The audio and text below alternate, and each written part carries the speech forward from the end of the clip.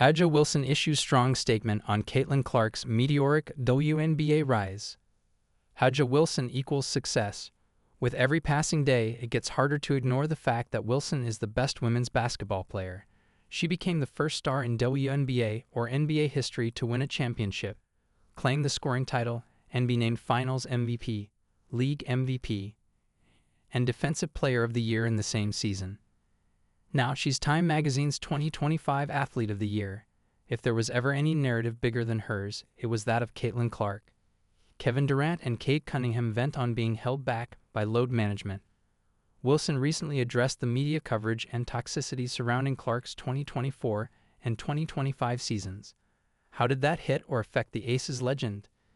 "It wasn't a hit at me because I'm going to do me regardless," Wilson said of all the hate Clark and the sport faced. "I'm going to win this MVP. I'll win a gold medal. Y'all can't shake my resume." It was more so, let's not lose the recipe. Let's not lose the history. Wilson did acknowledge, though, that the unpleasantness in the WNBA took center stage at one point. But not for long. At least internally, the players knew what they wanted. "It was erased for a minute, and I don't like that," Wilson said, "because we have tons of women that have been through the grimiest of grimy things to get the league where it is today." Clark's rookie season helped the WNBA achieve jaw-dropping television and attendance numbers. The conversation around that growth, however, often became racially divisive, pitting the new star against the league's established, predominantly black stars. The 2025 season, though, served as proof in the pudding for Wilson and her peers. Viewership across ESPN networks still increased by 5 to 6% per game across the regular season and playoffs, even though the 2024 RTI missed most of the campaign with a grueling injury.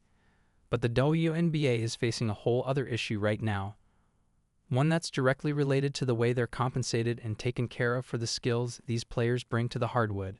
And mind you, the WNBA and every player in the league are hellbent on not settling for any less than they deserve. A'ja Wilson and the WNBA are at a crossroads. What happens now?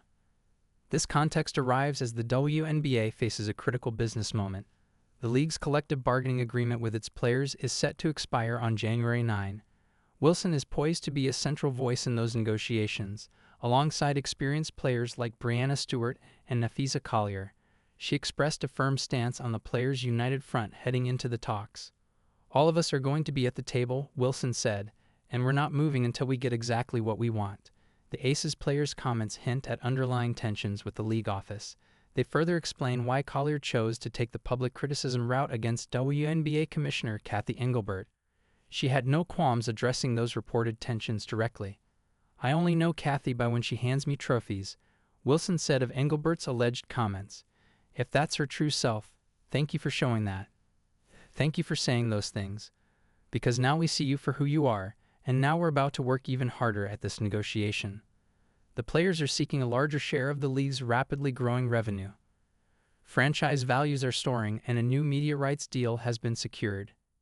In an exclusive conversation with Essentially Sports, Chelsea Gray explained where the players' priorities lie. "It's hard for me to give exact numbers," Gray said.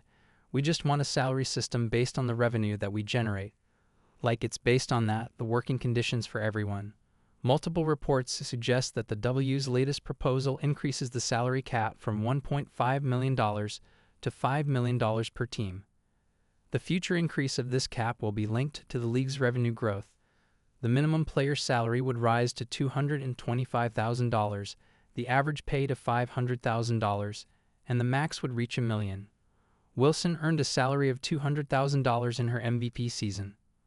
By comparison, the NBA's MVP, Shai Gilgeous-Alexander, made $35.8 million in the same year and also inked an extension worth $273 million this past summer. The possibility of a WNBA lockout now looms over the offseason.